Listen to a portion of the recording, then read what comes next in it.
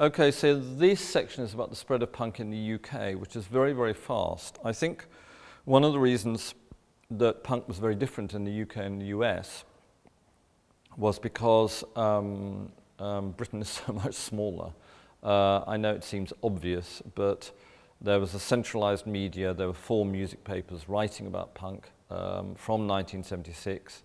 Between all 4 of them, they probably reached about 2 million kids every week. So it was much easier to make an impact. And so things, once they'd begun in London and England in particular, they moved incredibly quickly. So a lot of this stuff is from 77, 78 in the cabinet. And there's a lot of London groups in here. There's Generation X. I actually did that poster, so that was in March 77. There's Wire.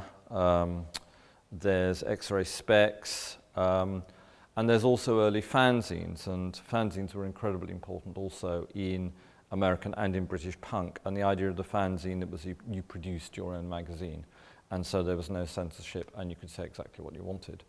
And also, apart from the music press, punk was not covered anywhere else in the media. Wasn't covered in the mainstream newspapers. They didn't understand it. It was before mainstream newspapers covered music in any great detail. Pop was still thought to be a purely teenage transient phenomenon. So fanzines were incredibly important because they enabled access to young people who wanted to say something, who wanted to do something, in the same way that the do-it-yourself approach to making music enabled people to become musicians.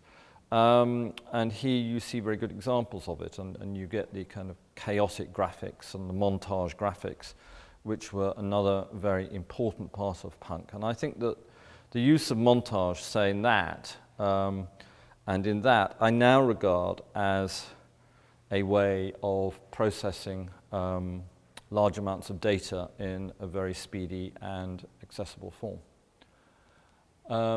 Up here is interesting because you have the slightly wider impact. You have the start of women forming groups, the Slits, with their classic single Typical Girls.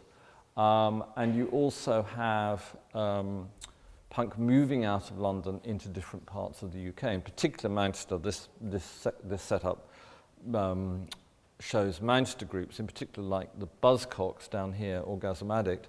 That to me is the best single image to come out of punk. It's the best actual mixture of graphic design, montage, and actual music. The song is terrific. And the montage was done by the artist Linda Sterling, who is now a well-known feminist artist. And I again did that poster, which is for Joy Division in 1979. More montages. Joy Division were the biggest group in Manchester at that time, which didn't mean very much because hardly anybody knew about them. They were definitely one of the best groups I saw play live at that period, and they have an influence that endures in the 21st century.